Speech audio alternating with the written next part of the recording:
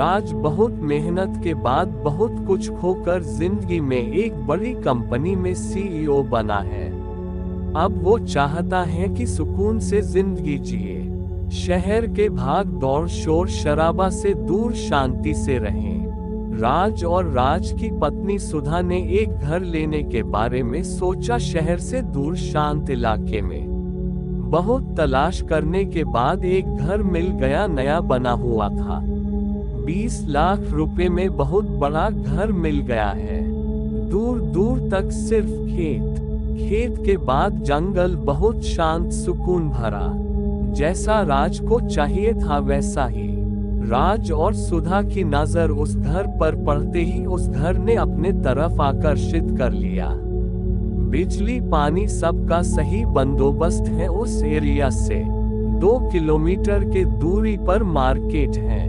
उस एरिया में और भी घर हैं, पर अभी वह घर बिका नहीं है, सब खाली हैं। राज खरीद लेता है उस घर को और शिफ्ट हो जाते हैं।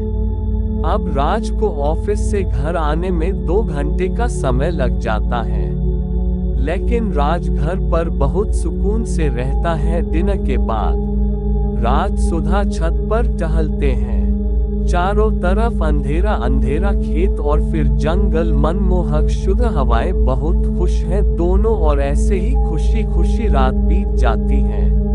आज फिर से जैसा सुबह सुबह होता था, राज अपने ऑफिस के लिए निकल लेता है और सुधा अकेले उस बड़े घर पर रह जाती है और घर को सजाते सजाते शाम हो जाती है। उधर राज का दिन भी काम की बातें करता काम करता दिन कट जाता। रात के 8 बजे राज गाड़ी से घर के तरफ निकाल जाता है। रास्ते में राज की गाड़ी खराब हो जाती है। राज फोन करता है रिपेयर वाले को। रिपेयर वाले आते हैं और गाड़ी रिपेयर करना शुरू करते हैं। घर पर सुधा छत पर टहल रही थी कि अचानक उसे खेत में 2 आंख जैसा चमकती रोशनी दिखाई दी, लाल। फिर धीरे धीरे वो रोशनी घर के करीब आने लगी। सड़क पर परेशान राज फोन पर फोन किए जा रहा है। सुधा को वो उठा नहीं रही है क्योंकि सुधा मोबाइल नीचे छोड़ आई है। राज बहुत गुस्सा हो जाता है। धीरे धीरे वो लाल चमकती आंख घर के करीब पहुंचता है। सुधा के मन में जिज्ञासा होती है, आखिर है क्या ये जानने की। वो भी ध्यान से देखती रहती है। थोड़ी रोशनी पड़ती है तो दिखता है एक काला कपड़े में लिपटा कोई आदमी जैसा है, जिसका आंख बहुत ही डरावना है और दांत बड़े बड़े खून से लाल है। सुधा उसे देखती रह जाती ही छत से। डर से उसके रोंगटे खड़े हो गए हैं। थोड़ी देर तक सुधा को कुछ समझ नहीं आता। डर से वो सांस तक नहीं छोड़ पा रही थी जो उसने लिया था। तभी अचानक वो लाल चमकती आंख गायब हो जाती है। लंबी सांस छोड़ते हुए सुधा काम उठती है और भागते हुए छत से नीचे आती है और सब दरवाजा बंद कर लेती है और एक कमरे के कोने में चादर ओढ़कर बैठ जाती है। रात के 10 बज गए हैं। सड़क पर गाड़ी अभी तक ठीक नहीं हुआ है। राज गुस्सा था फिर परेशान हो जाता है, कहीं सुधा के साथ कुछ बुरा हो तो नहीं गया जो फोन नहीं उठा रही है। राज कार मैकेनिक से बोलता है, राज एक काम करो अरबाज, कार मैं कल दुकान से ले लूंगा। अभी मैं घर जाता हूँ, बीवी फोन नहीं उठा रही है इसलिए।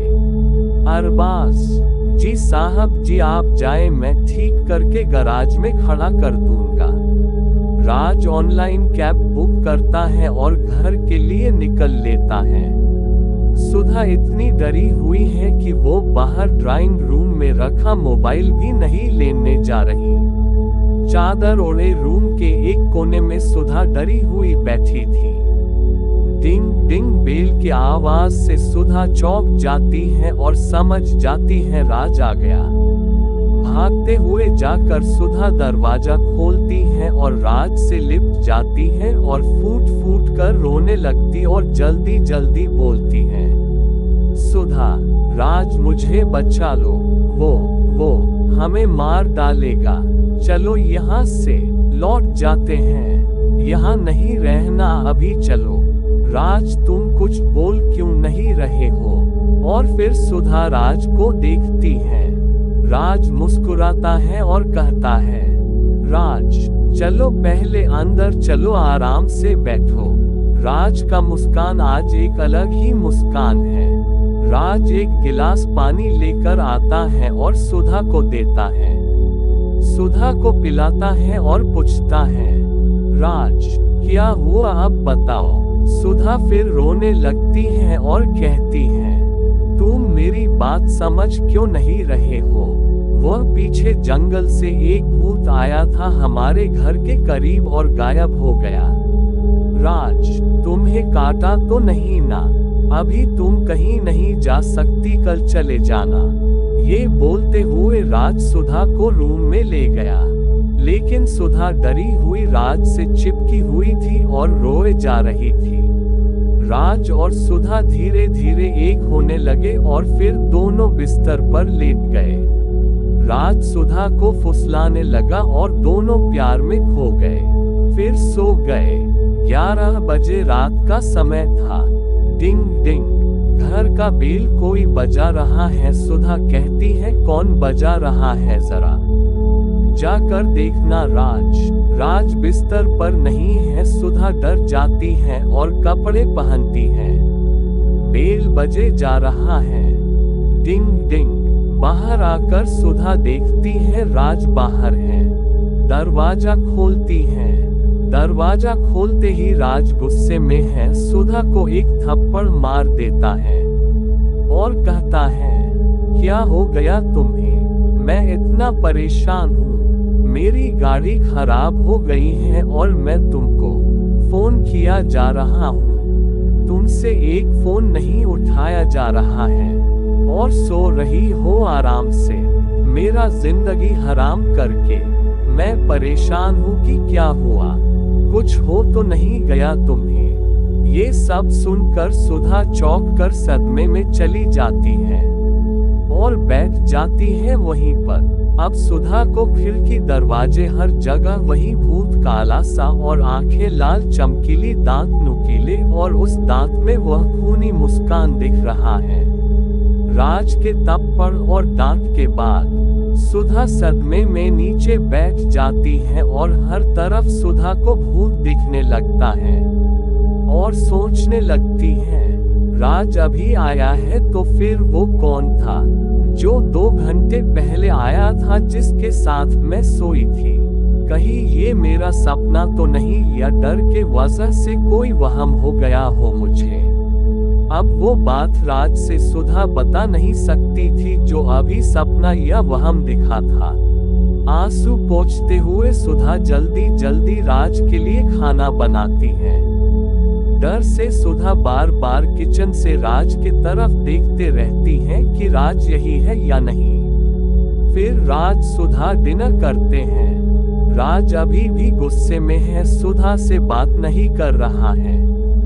डिनर के बाद राज छत पर जाता है। सुधा डर के वजह से राज के साथ साथ रहती है और उस जंगल खेत के तरफ नजर उठाकर भी नहीं देखती, सिर्फ राज को देखते रहती है।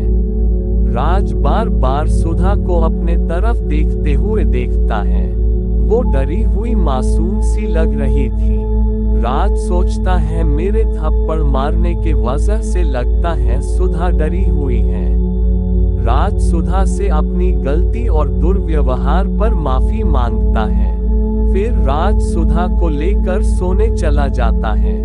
राज रूम की लाइट बुझाता है। बुझाते ही सुधा चीखती है। सुधा को अंधेरे में फिर से वही डरावनी लाल आंख दिखता है। राज डर जाता है और लाइट ऑन करके पूछता है, क्या हुआ सुधा? सुधा कुछ नहीं कहते हुए आंख बंद कर लेती है। राज लाइट ऑन छोड़कर सो जाता है, लेकिन सुधा को डर के मारे नींद नहीं आ रहा है। सुबह हो जाती है। सुधा बिना सोए रात काट देती है।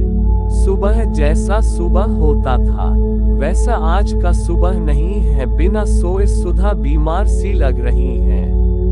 राज ऑफिस के लिए तैयार होकर कैब से निकल लेता है। सुधा परेशान घर पर रूम पर लेटी रहती है कि तभी सुधा के पेट में दर्द उठता है। सुधा दर्द से कराह उठती है और बेडरूम से ड्राइंग रूम की तरफ बढ़ती है। राज को फोन करने की कोशिश करती है, तभी सुधा को चक्कर आने लगता है और उल्टी कर देती है और उसका पेट दर्द के साथ साथ पेट बढ़ता जा रहा है, जैसे 9 महीने से सुधा प्रेग्नेंट हो।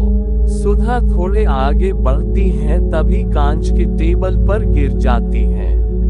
कांच के टेबल टूट जाता है और एक कांच का टुकड़ा सुधा के पेट में चुभ जाता है। सुधा दर्द से चीख उठती है, लेकिन कोई भी दूर दूर तक वहां नहीं है। सुधा की आवाज सुनने वाला पूरा फर्श धीरे धीरे खून से लाल होने लगता है। दर्द से सुधा कराह रही है, चीख रही है और फोन मिलती है राज को।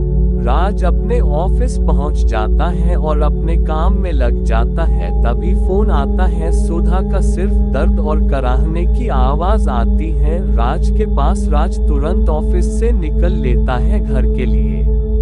सुधा के पेट में कांच का टुकड़ा चुभा था, वो कांच का टुकड़ा अपने आप बाहर निकल जाता है। सुधा दर्द से चीख रही है।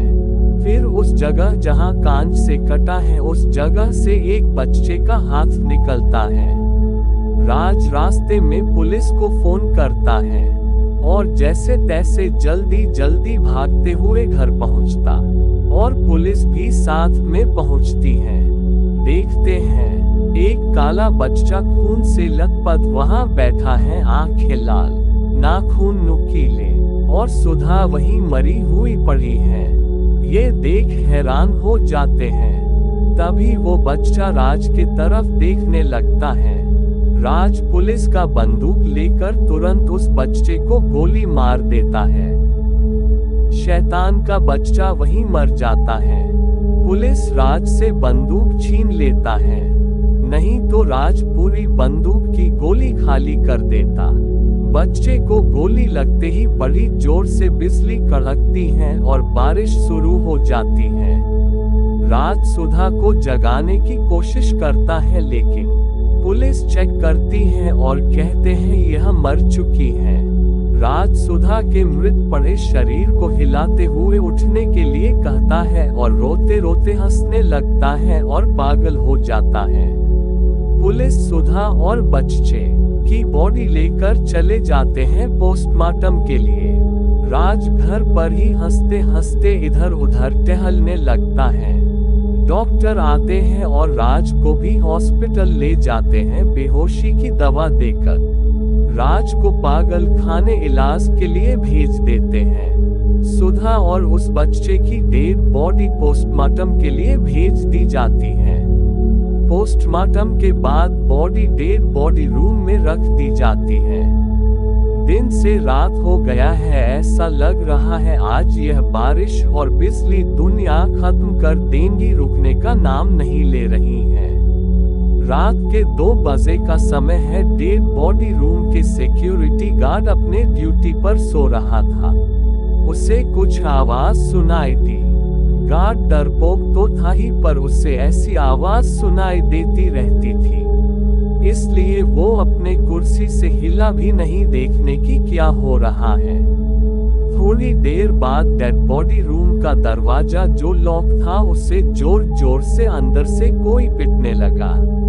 धीरे धीरे पीटने की ताकत बढ़ने लगी, ऐसा लग रहा है दरवाजा टूट ही जाएगा।